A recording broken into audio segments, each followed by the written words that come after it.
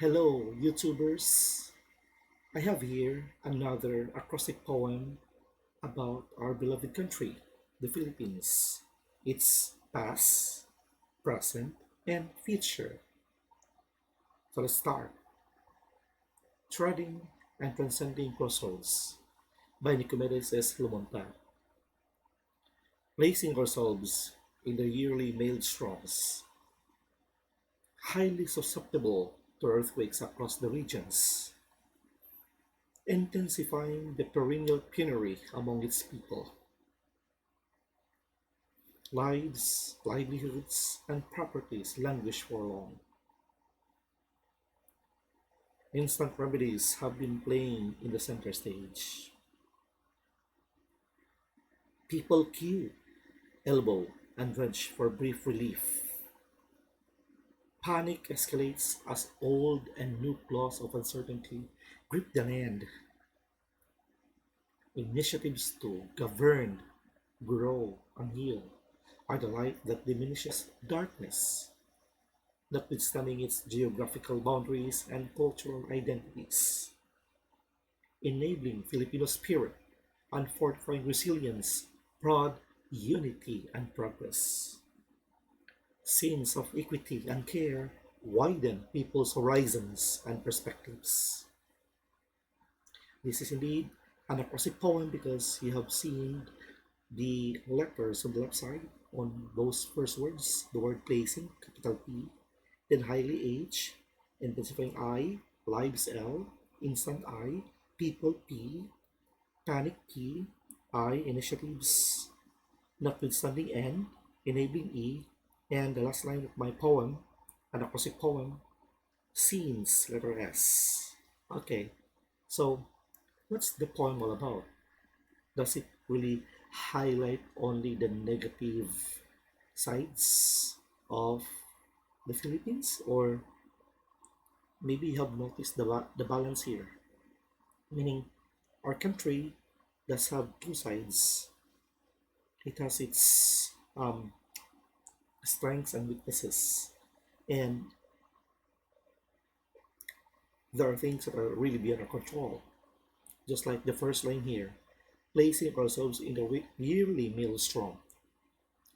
According to Pagasa, we do have more or less 20 typhoons that would really uh, wreak havoc to our country.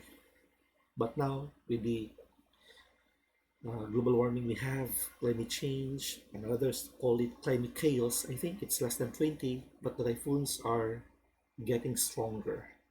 So that's it. Typhoons, natural disasters, that's beyond our control. However, the government here is really trying its best to somehow mitigate the effects of different storms, typhoons.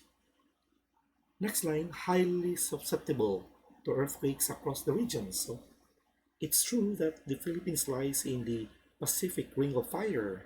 So we do have daily earthquakes here, though some of them, or most of them rather, are unnoticeable, but we did experience stronger stronger earthquakes, just like on October 15, 2013. It was really unforgettable.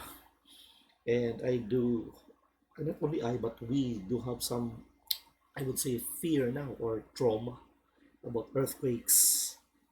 So just like in life, earthquakes are unpredictable.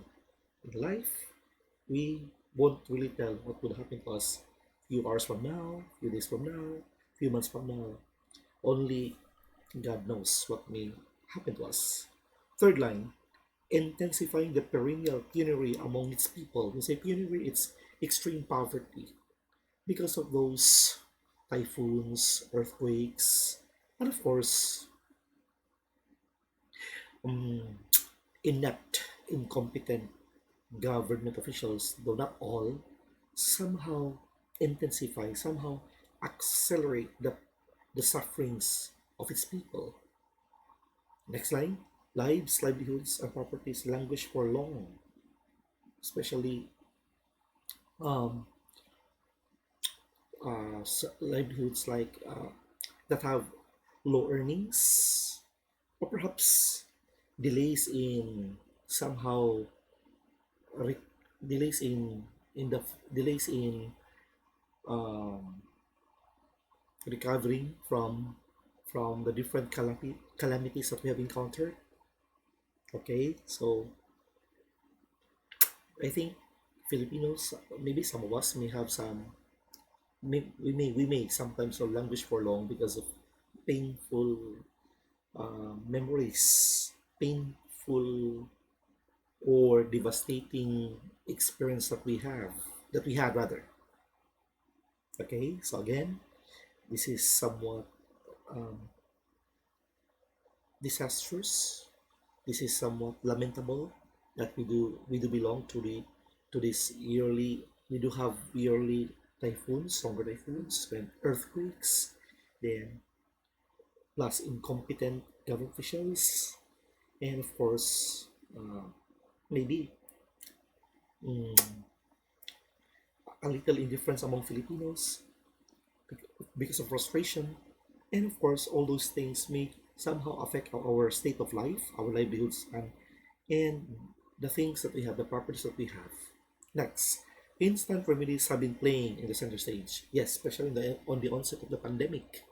So we call it in our in our term here, Cebuano term or Filipino term, ayuda, or to make it clearer, I would say, pardon me for the word, um, band solution or help, immediate help, or instant help, or financial assistance. So that has been the center stage.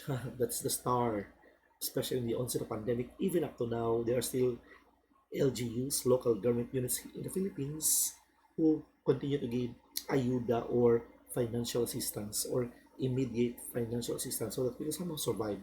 We really want to survive. Next line. People queue, elbow, and wrench for brief relief. This is really a reality in the Philippines. This is a harsh reality in the Philippines.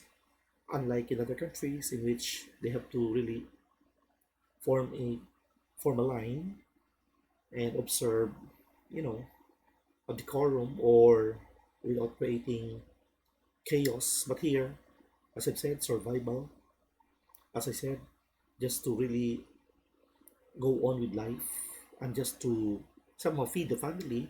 So we cannot blame them. There are some um, breadwinners who really queue, elbow, and wrench, and even put their life at risk because of brief relief. So that's it. Um, is it negative? Somewhat. Okay. So now, shall we be contented with a brief relief with the financial assistance of our or from our government officials? Common sense dictates that we have to do more. Okay, so we have to act more. It's okay that they would give us something, but somehow we should be totally be dependent with our government officials. We have to support them, we have to respect them, but somehow we have to do our best also. Next, panic escalates as old and new claws of uncertainty grip the land. Yes, it's true. We are a third world country.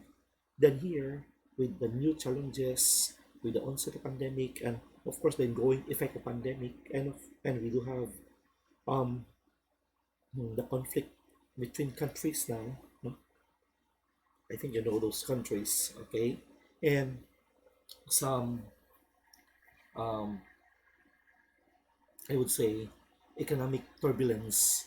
Then somehow it really it has or those things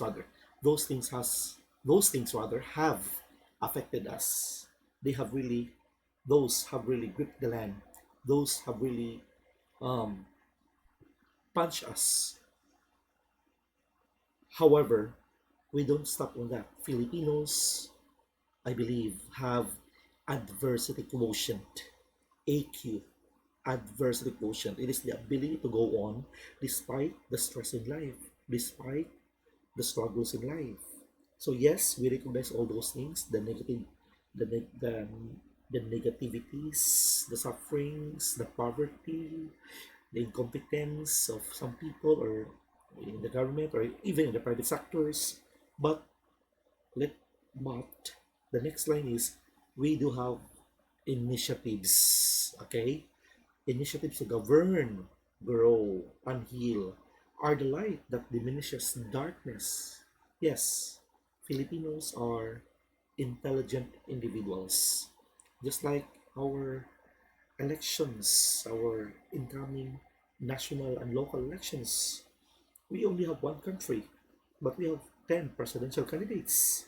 So we don't need to really think, think, use our intelligence and choose competent ones to govern, grow, and heal so that we could have light that somehow diminishes or obliterates or annihilates hope, hopelessness, frustration, and devastation. With due respect, there are some who have chosen this particular presidential candidate. Well, this is democracy. So I am still hopeful that those people who will be elected on May 9, 2022, general, national rather, national and local elections would be the one um, to really model. And I hope they would really govern and make this country a greater one. And I hope they would govern well so that we can have gradual healing. Okay? So that's it. Notwithstanding its geographical boundaries and cultural identities, that's true. We are we are separated. We do have Luzon, Visayas, and Mindanao divided into different islands. I think and some are islets. So I think any leader could have some difficulty in governing us because we do have here the present the fact or the facts. We have different cultures. People in Manila, in Luzon, they have cultures of their own. In Visayas, we do have. Same with Mindanao. So it would really take time to understand different geographical boundaries and cultural identities. And take note, culture is the belief of the person, and we cannot really question the person right away if his or her culture is like this in Mindanao. How about in Visayas? How about in Luzon? So as a leader, he should somehow be more flexible.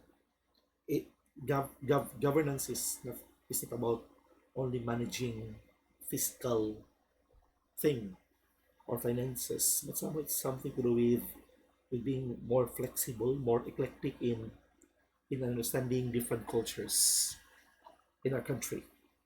Next, enabling Filipino spirit and fortifying resilience, pride, unity, and progress. That's true. Filipinos have undying spirit. Yes, we are a third world country, but look at it. Look at it. We do have Typhoon Haiyan. We call it here Yolanda in 2013.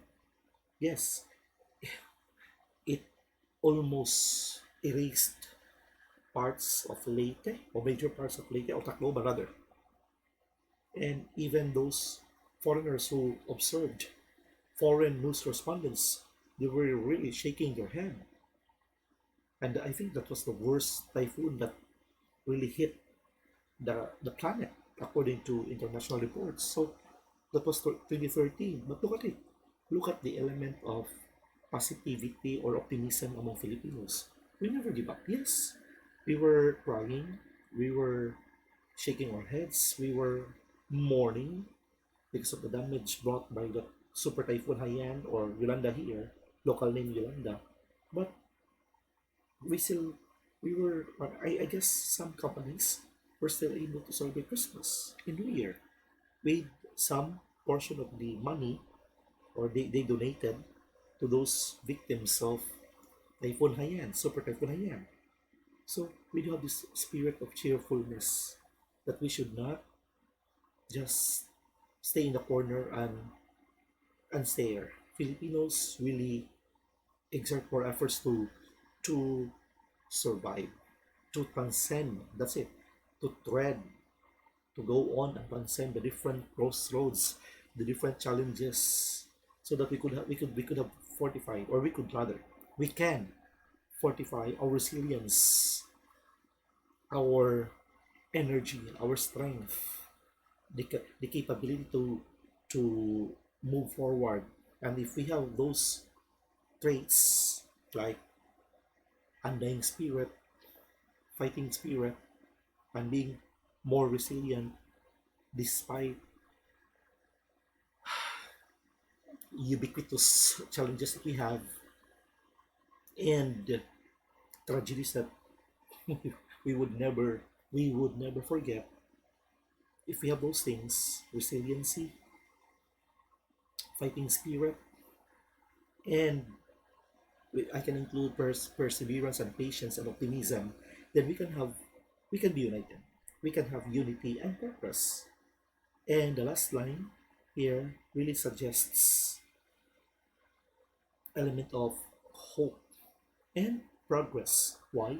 Here, scenes of equity and care widen people's horizons and perspectives. Yes, if if we can have equal, perhaps equal distribution of wealth.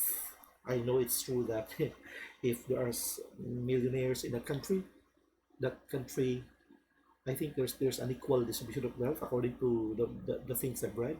But somehow, if Filipinos can really feel care, or perhaps proper job, oh, sorry, better livelihood, and trust in the government, and of course trust in ourselves, then we can have better horizons, or um, we could have the directions. We could have mm, the directions that we truly deserve. So these directions would somehow dictate uh,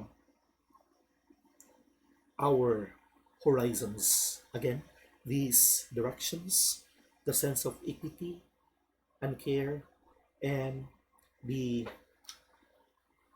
concrete directions that we have to take, may dictate or may guide us to achieve our own, in achieving our own horizons and perspectives, especially towards a better Philippines. Okay?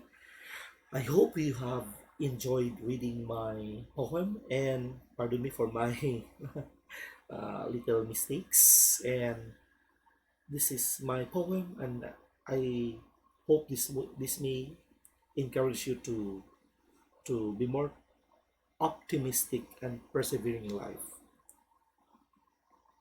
This is not only for Filipinos, this is for all the people in the world. But I hope that by listening to me and reading my poem, you could have somehow learned about the ability to bounce back despite the um, the odds of life that we have always encountered. Okay? So thank you and have a good day.